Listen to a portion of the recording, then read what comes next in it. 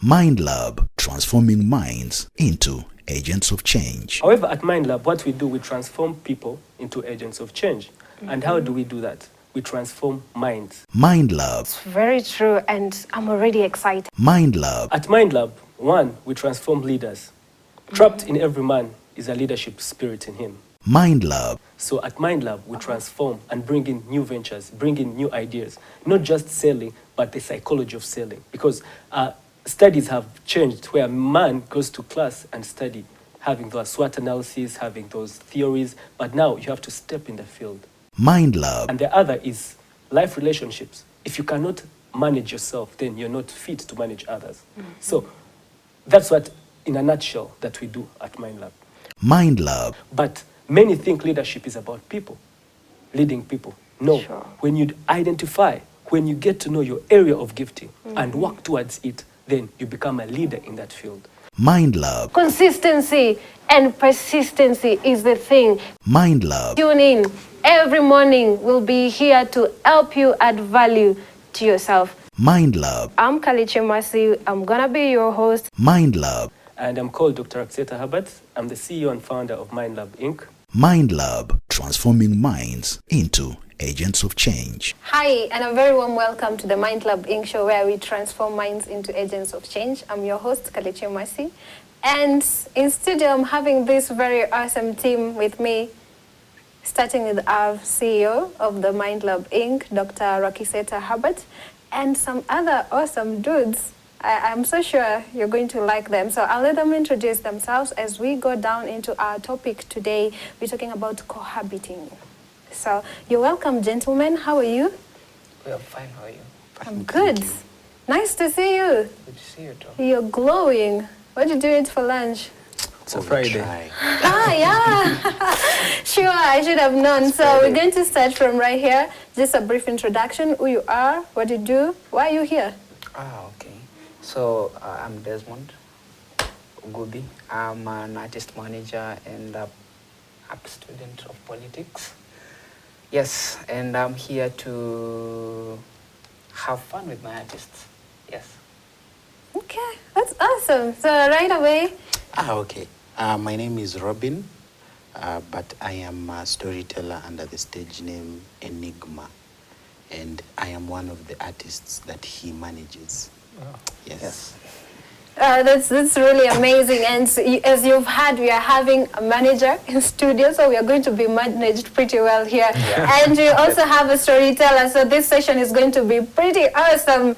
Can't wait for your comments in our social platforms. Make sure you talk to us. We're going to be getting back to you. So like I said, gentlemen, our CEO is right here. Say hi to us. Hello, everyone. I'm Dr. Rwakiseta Herbert, CEO and founder of Mind Lab, where we transform minds into agents of change. Awesome. So, like I had said before, we're talking about cohabiting. But from our previous talks, we talked about love. And in this aspect, we just narrowed it down to the intimate kind of love that leads into marriage, like people staying together and forever, growing old together. You know this thing of a face-up thing? Yeah. Yeah.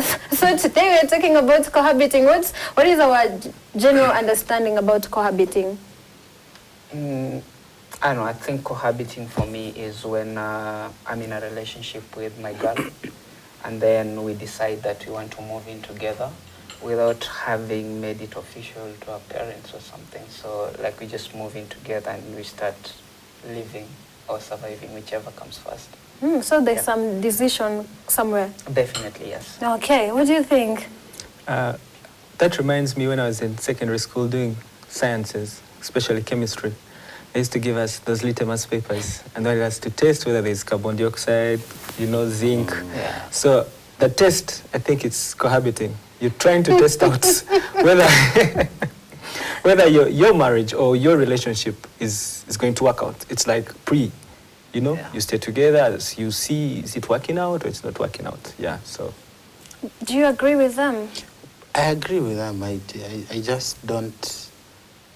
Okay, maybe we'll get to this point much later, but I want to adopt his definition of cohabiting, but somewhere in the middle I will add illegal That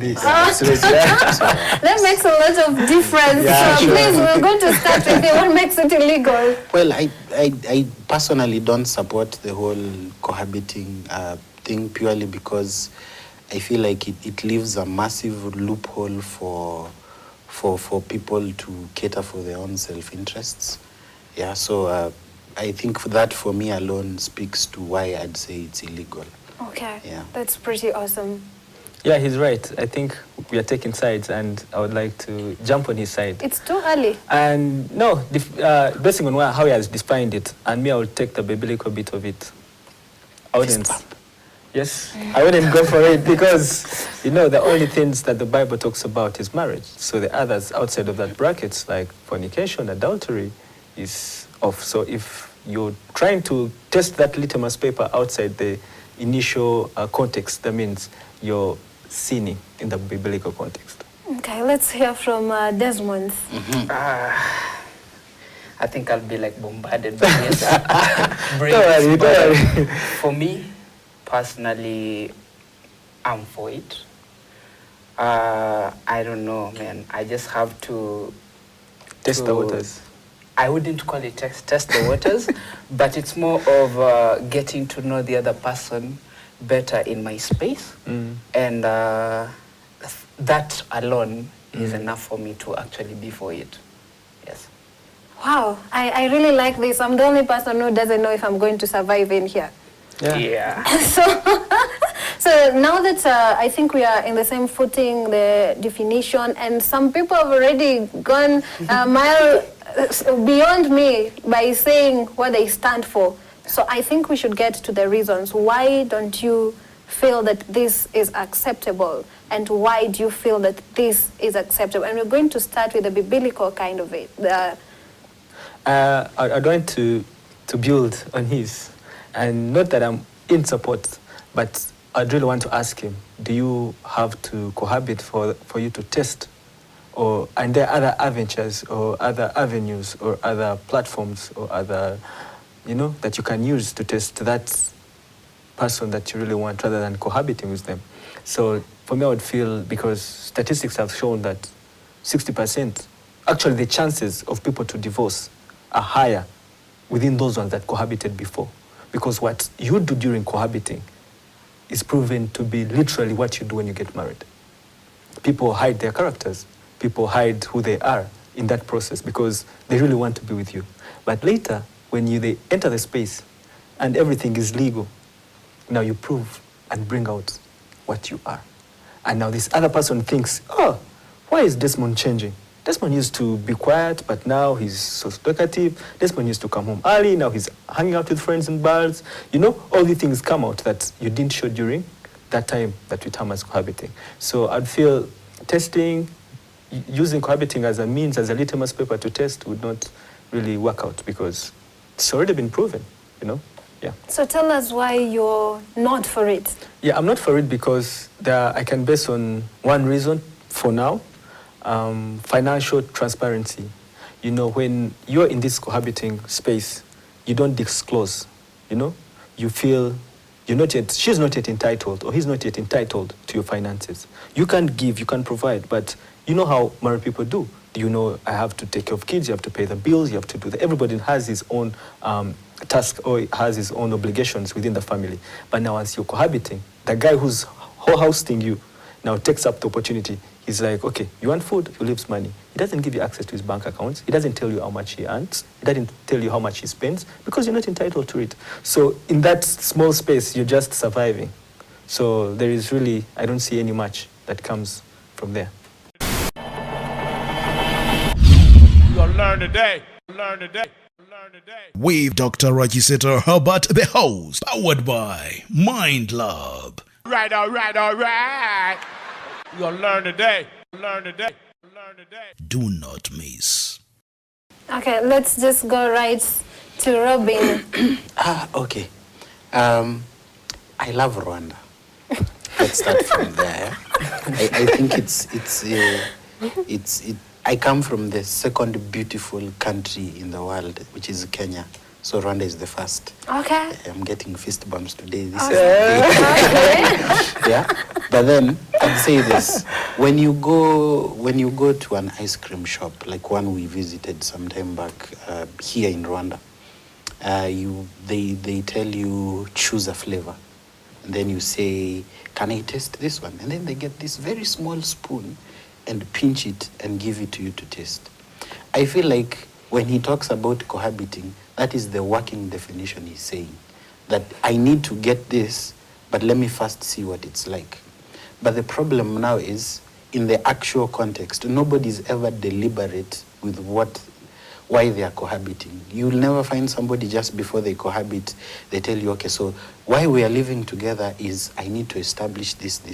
It's kind of left, out there, and then now self-interest comes in, and then people end up taking away too much from each other, which, to use my example of ice cream, would be the same as you go, and then instead of getting, the small spoon to taste, you eat half the whole bucket, and then you tell them, I don't think I want this flavor.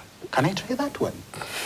And which business will allow that? Yeah, it's I feel like the problem I have with what cohabiting is today, not the definition of it, what it actually is on the ground, is it's not deliberate, it's not defined. It's just, let's stay and see how this goes, and at the end, you find you have taken a lot out from each other, and it feels like this person used me, that person used me, and there's not much left for the person you'd want to get to next. So in effect, we have people moving out of cohabiting situations where they now have very little of themselves to even trust to give to someone else who would have been a better option. So yeah. I feel you used a very good word, and I think he'll be building on it just after this. You said if it's deliberate, then you're in for it. You are putting words in my mouth, but it is fine. That's what I picked, because you said the situation on the ground right now is it because people are not deliberate, they're not strategic in what they're getting into. Yeah, but then also, how do you become deliberate about it? He's going to tell us that. Okay. I think like I'm in a corner already, but let's see. So I think my definition of what cohabiting is and their understanding of what cohabiting is different, Okay. When I'm talking about cohabiting, I'm talking about the liberation of I've been dating this girl for the last 6 months, and we are moving in, And in this moving in phase, it's more of, babe, I really want to know how you operate in a house. And then you come in and then you don't like how she washes her plates. And then it'll be like, babe, I love what you do, but could we probably do it this way? And then you have an agreement, He painted a very beautiful picture of statistics showing that 60% of people who cohabit actually end up in divorce. The reality is this. Probably he's removing the legal aspect that comes with marriage is the exact point where people don't easily divorce. Whereby, yes, you liked this person at the beginning, you loved them, they could come from their place, and then you guys could meet up at some park or a nice restaurant, and you guys could, chit-chat, and they were really amazing and they were beautiful because as a storyteller, they know how to bring out stories in cafes and stuff, right? but then when this individual, when they come to the house, this is the first time you are sharing a space with them. But then there is also these legal implications whereby you've gone to the government, and he talked about Rwanda. And this is something that I just picked up, and you can correct me if I'm wrong, whereby people are dating for like 6 months or less and getting married, right? Mm-hmm. So you end up bringing someone in the house who you really don't know how they operate, apart from cool restaurants. And you end up in 2 months, you end up realizing, man, I got myself into a big mistake. But then the government has all the information. There's no way you're going back to say, I need a divorce, because that means you have to file bankruptcy at some point. It means you have a kid who has to grow up without a dad. And I'll go back to his 60%. Yeah, it's a beautiful statistic. And mostly statistics have this problem of exaggerating. Yeah, and not representing the whole, because they just take out a very small sample to represent the whole. But demographies differ, you know, how marriage and cohabiting operates in Rwanda and how it operates, for example, in another country where people are not even Christian is different, you know. And those are factors that you have to put in to understand first before we use the statistics and stuff. So, yes, cohabiting for me is a very beautiful thing. I need to know my lady. I need to know how she operates. I need to know how, when we move into a space, how it's going to go past that. And that's why they end up not marrying each other at the end of the day, because most of the time you end up actually realizing, oh man, this was wrong from the beginning. So that's why the statistics, they're biased, we know that. So yeah, but my 2 cents, yes. But you see, let's leave the statistics alone. Yes, you know, we have all this research going out, but often in time, if I'm to consider statistics, what I do is I sit back and reflect and ask myself, are these statistics really right? Are they really bringing out the image that is out there? And this got me thinking. I reflected back to our forefathers, you know, their generation. Yes. Actually, their marriage their marriage rate was really intact so much. They never had this divorce stuff. Yes. It came in the millennials with us. But us, as you said, you're trying to test and fill the space. Literally, we are not even filling the space. I can tell you how. Have you gone to a restaurant, as you said, ice cream parlor, yeah? Or a coffee shop, and you see people who are pushing out, as you're saying that you want to study them. She's having coffee, you're having coffee, you're all on phones.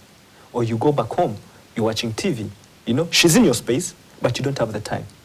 So I don't think come with stay as the Kenyan and say, or being in that zone will make me know you more. No. Even if you're coming from home, you know, from your parents' home, and we meet once in a while, if we have the commitment to know each other, you don't have to come to my home. I don't have to come to your home for you to know me, you know? So as you feel comfortable saying that you're trying to get to know them, get to understand them, keep in mind that there's this other side that you may even never learn them, because we are busy being busy. So the only option we have is, to me, where I feel cohabiting doesn't really make any way through, is whether she's from her home or her parents' home, or I'm from my home or my parents' home. We meet whenever we meet. We can use that opportunity to get to know ourselves better than her coming to stay or me going to stay. Wow. Interesting. Now that you just brought up this issue of people knowing each other, I think I should have a barrier, or I should move my seat and sit right there. Because okay. So maybe you guys have these specific strategies or ways that people in a relationship, they can really get to know each other. Because I feel that is so much turned into, I need to know you, I need to know, do you know how to make a bed? Do you know this, the small things that I can't show you when we are having a date I in call this? it internship. Internship. Cool. When you go for a job and then you have, you're either intern. It's an unpaid internship. You know? Yeah. So you learn the skills of the job before you head into the job. Yeah, so just before you brought the internship thing, Learning from the job. are there other ways of people getting to know each other? Yes. Please they are there, share with us. 100%, and those are the ways, not other than cohabiting. Be together, communicate, you know? Presence. Now, okay, let me make it systematic. Communication. You know, communication is the key to everything. Even if you come and we stay together for a whole year, as long as we don't communicate, we'll never work out. Sure. And if we get married and we don't communicate, we'll never work out. Now, then the space itself, are you together? You know, we have different love languages. There are those who like touching, there are those who like SMSing, there are those who like walking around, there are those who like, you know, There are those who like keeping quiet, being preserved. There are those who want to share responsibilities, you know, and these are one of the ways that you can share. You know, as he's talking about testing and seeing, and you also complimented saying laying the bed and everything. My question to you is, do you know how to lay the bed, you as a person? Or you just bring in somebody to help you do it? Now, if you're doing that for your own selfish interest, as he said, who gets hurt at the end of the day? Allow me just to stop right there. I inferred to our last discussion where we discussed to what depth do we really recognize that someone is in love. And one of the things is you sacrifice. Yes. You get to know the other person. So you asking me if, or you're asking him if you know how to make the bed. This is, I'm making you better, you're making me better. It's not that I just want to sap whatever that you have. I think I'm speaking for him. Yeah, you are. But to me, I wasn't looking at it in that way. Okay. I was looking at it in a way that you're coming to my place. You're not coming so that I can start testing what you can do and cannot do. No. You're coming for us together, we can make it complete. So when I have that perspective, that means we are working together. But if I'm bringing you in, so I can see, yes, I know how to lay the bed. How do you lay it? Maybe I like it when you leave the bed sheet out. And you come with covering the whole thing with the whole pillows and what? You know, in there, I'll be like, oh, she doesn't know how to lay the bed. But that's how she lays. That's what she likes.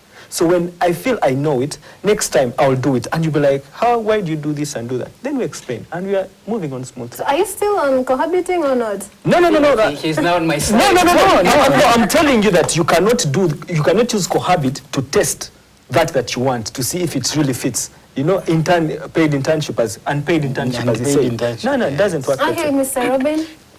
Let me now also get into his corner. Yes. And say this.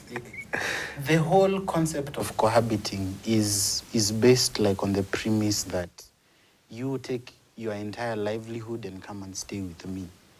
Yeah, but it's completely unnecessary. I feel like it probably takes a lot of the power away from the person who's coming. And in most instances, it's the woman. The woman, sure.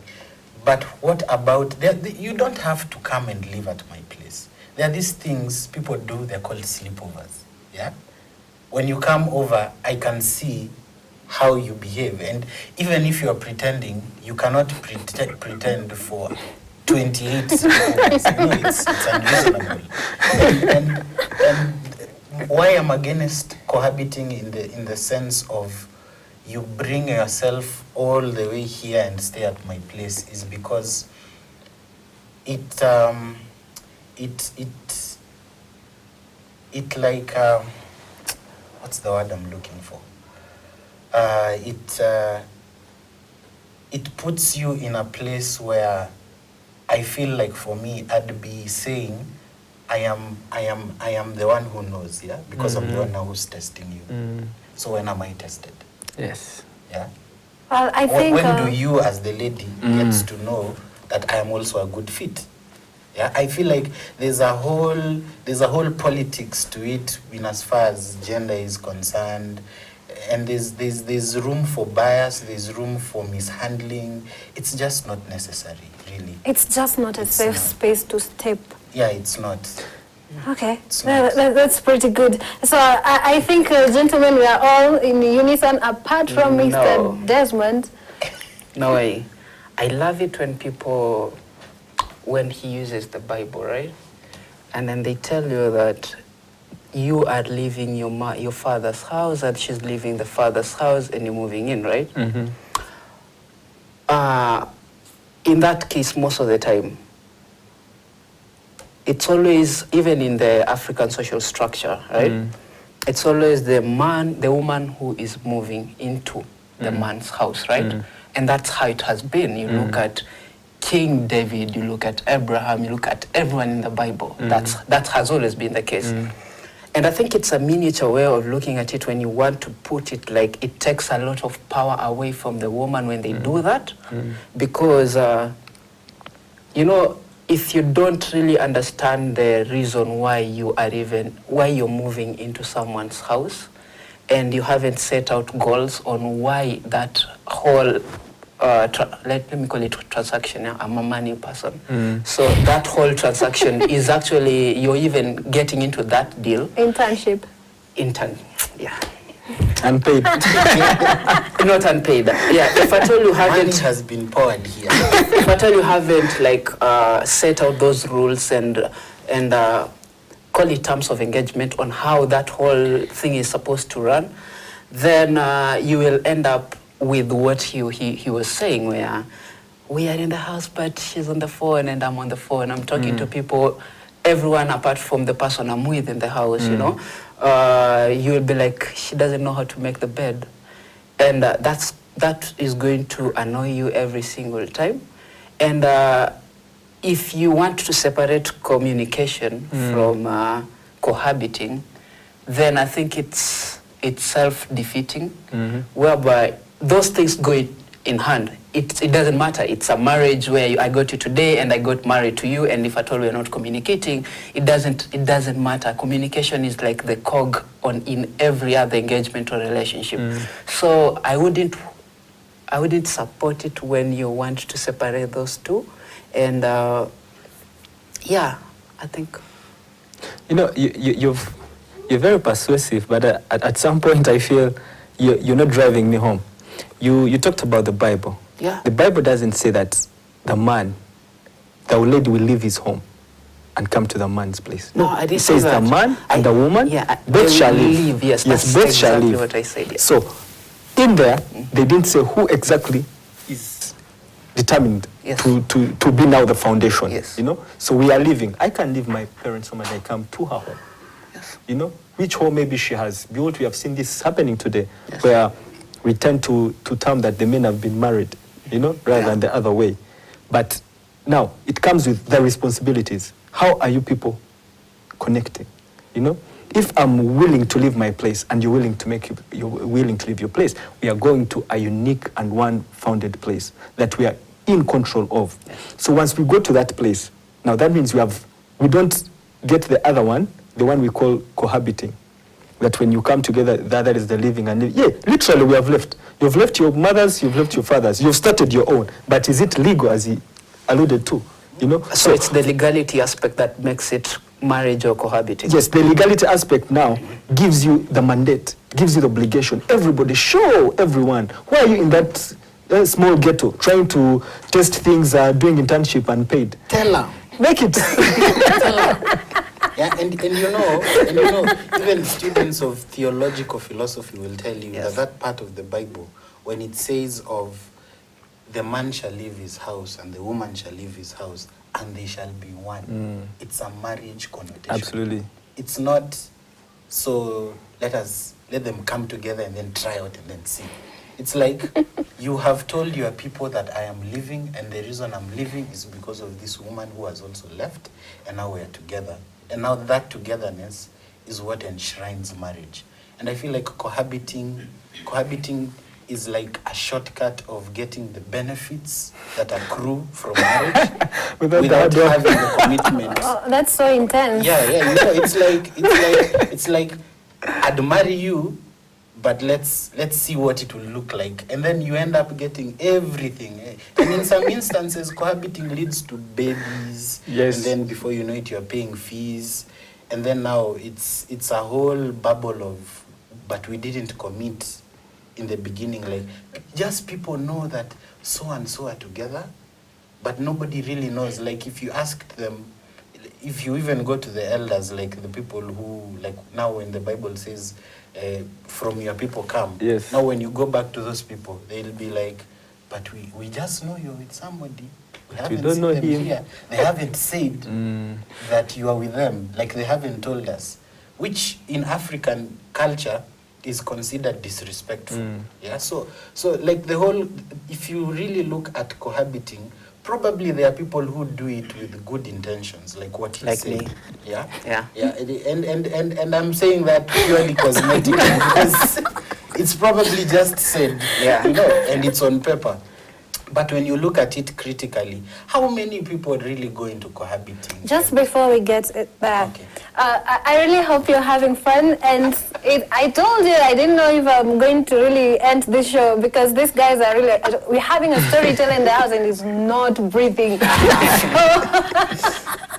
So make sure you give us your contribution. What do you think? Is really cohabiting good?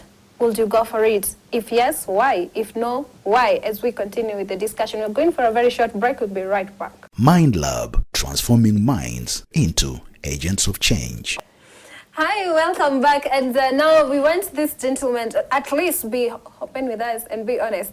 They should tell us, have they tried this? And how far has it gone? Now that people were mentioning about marriage, oh, I don't know, this doesn't lead to this, statistics say this. So let them share with us.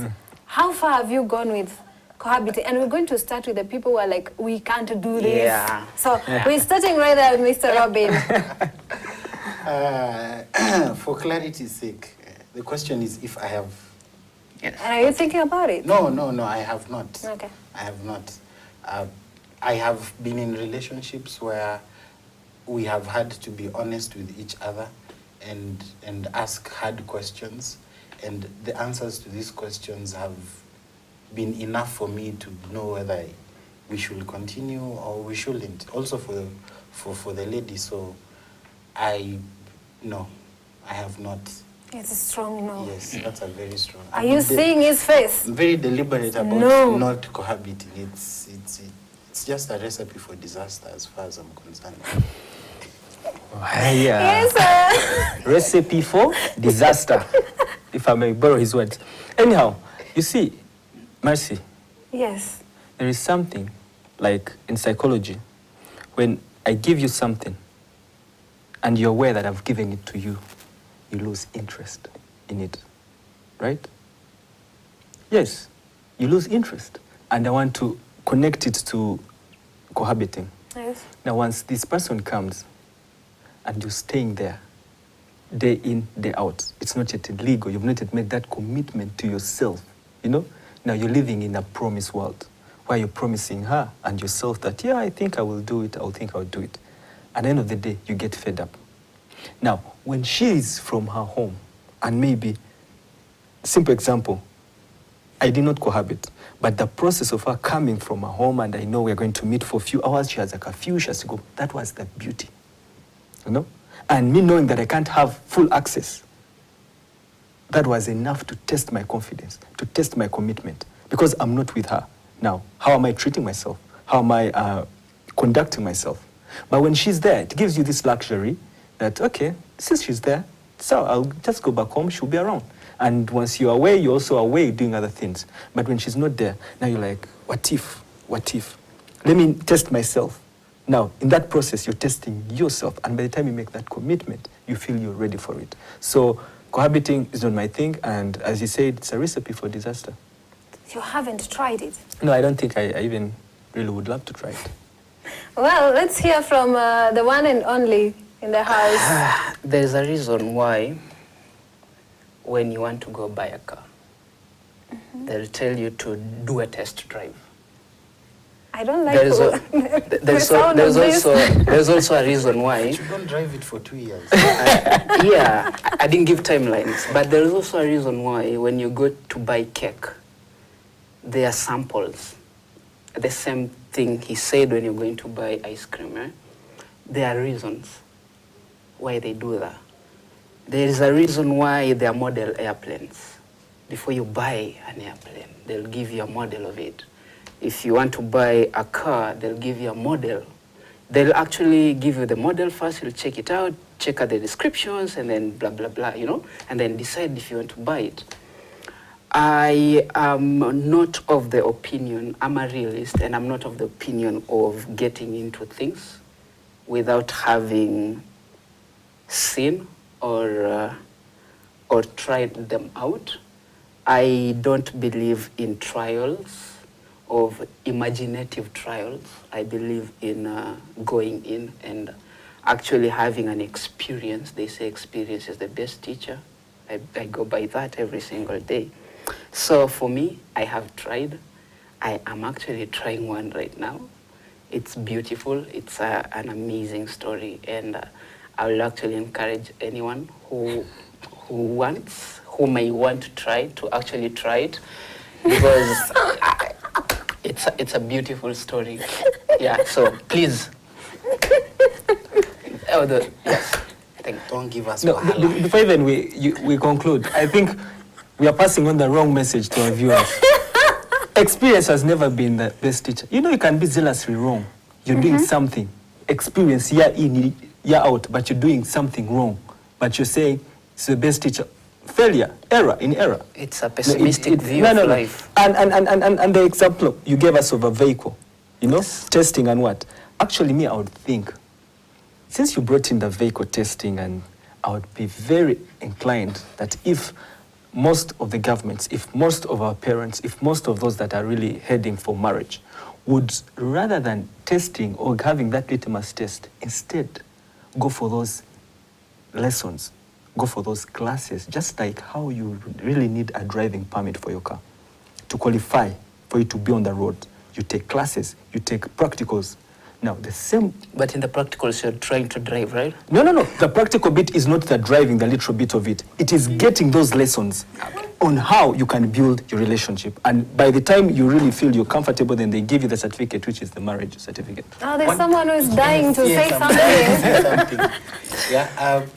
One thing, again, about cohabiting that makes it completely wrong, yeah, is that the moment you start staying together and then you become emotionally attached, it takes away from your logical thinking of what would be wrong, what your limits are as a person, because the presence of emotional connection that is intimate, even in the physical sense, because it will get there if you're staying in the same place.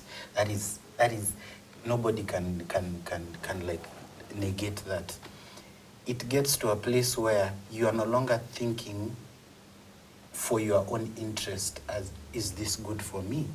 Where do I put myself? Will I want this?